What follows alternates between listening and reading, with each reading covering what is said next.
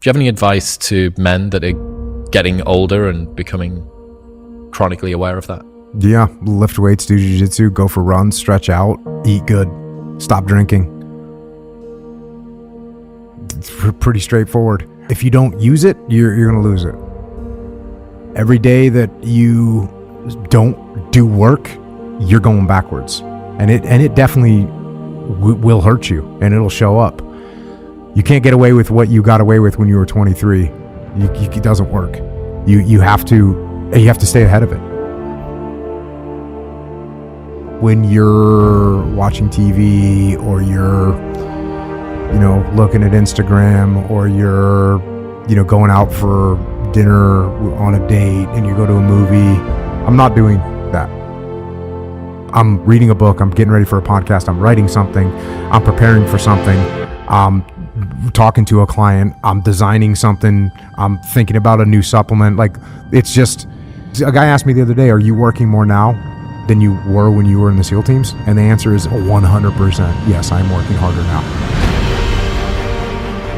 As I've said since day one, motivation is a feeling that comes and goes, and it doesn't matter whether it's there or not.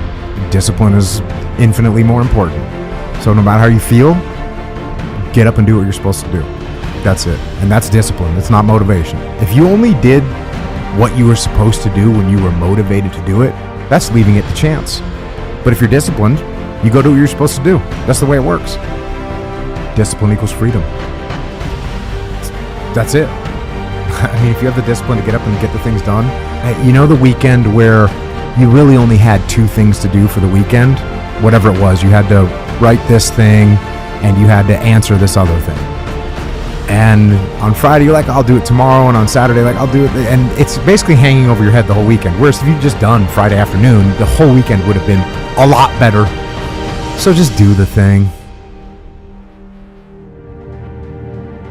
Just shut up and go do what you're supposed to do.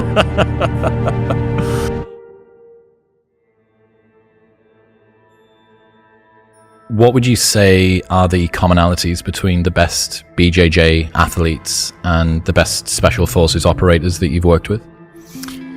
There's probably the biggest commonality between the two is some kind of strange contrast between being extremely disciplined and being extremely creative.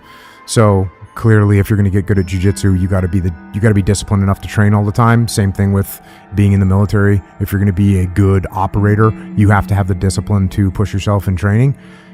But you can't be a person that, leans so hard towards a disciplined, structured life that you don't have any creativity, because both in jiu-jitsu and on the battlefield, you definitely want to be creative and figure out creative solutions and things that people haven't thought of and things that the enemy is not going to think of or that your opponent's not going to think of. So you got to find that person who has a good balance between discipline and kind of a wild freedom, creativity that they can make adjustments. If you have a mindset that's so highly disciplined and so highly structured, like I just said, then you're not going to think creatively when there's a problem that needs to be solved. So you want to have people that don't mind the discipline and can actually access the discipline in a way that they can utilize it, but you don't want people to be trapped by discipline. And it's the same thing in jiu-jitsu. If you have someone that only knows how to do a certain move and they can't think creatively about other ways to employ that, it's not that they're not going to be good, because they are going to be good, but they're going to reach limitations. And one of the interesting things in the SEAL teams is we didn't have, especially when I was coming up, we didn't have any doctrine whatsoever. There was no written doctrine of any kind. So everything that you learned was word of mouth. You learned from the guys that went before you. And that meant if the guys that went before you didn't really know what they were doing, you're probably learning a bad way. And if you didn't think objectively about it, then you might follow someone down a path that doesn't make any sense. So you ended up with a bunch of guys in the SEAL teams that were pretty open-minded, and they could kind of look at problems and figure out how to solve them. In the Army and the Marine Corps, they have doctrine for just about everything. This is how you do a raid. This is how you conduct an ambush. They had written doctrine for this. So if you didn't know how, you could just look at a book, which is actually a huge benefit for them. Because if I'm a new platoon commander and I don't know how to do an ambush, I can just look at this book and I can learn how to do it. And so there's some huge benefits to having a very disciplined doctrine that you can follow. But that's one of the odd advantages of the SEAL teams, is that since we didn't have any doctrine, we had to be a little bit more free thinking, and that made us a little bit more adaptive in some situations. So it's just like anything else. Your strength can be your weakness can be your strength, and you have to be aware. And if you're aware that it's a strength, and if you're aware that it can also be a weakness, and if you're aware that it's a weakness and you're aware that it can also be a strength, then you can probably optimize the way that you're going to think, which is pretty beneficial. A guy asked me the other day, are you working more now than you were when you were in the SEAL teams? And the answer is 100%. Yes, I'm working harder now. You know, I should say I'm working more, because I'm working more time. No weekends, no evenings, really. Luckily for me, I like what I do. You've managed to align what you want and what you want to want. They're now sitting on top of each other, right? Yeah, and I also don't do a lot of what I don't want to do. And my partner at Echelon Front, Leif Babin, pointed this out to me like a year ago. He was doing some stuff that he didn't want to be doing. And, you know, he said, I've got to do this and I've got to do this. I said, why are you doing that? And he said, well, what do you mean? I said, get someone else to do that.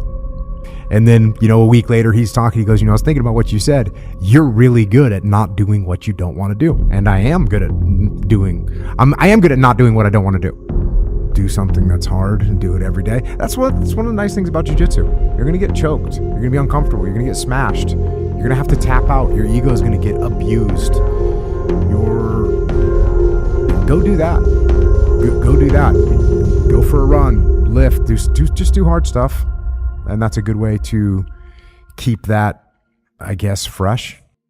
Look, if you take any idea and you take it to an extreme, then that idea is going to become bad. I mean, even the idea of extreme ownership, if you take it to an extreme where you're, as you pointed out earlier, you're blaming yourself because your daughter got a disease, or you're blaming yourself because your husband is abusing you. Like, there's a point where you think anything go too far, and take it to an extreme. It can become pretty silly or funny depending on how you take it. But for the most part, you're gonna run into challenges in life, and if you curl up into a ball and complain about it, that's not gonna help you. And if you say, okay, cool, good, here's some adjustments I can make to move forward, that's gonna be a better move than cowering.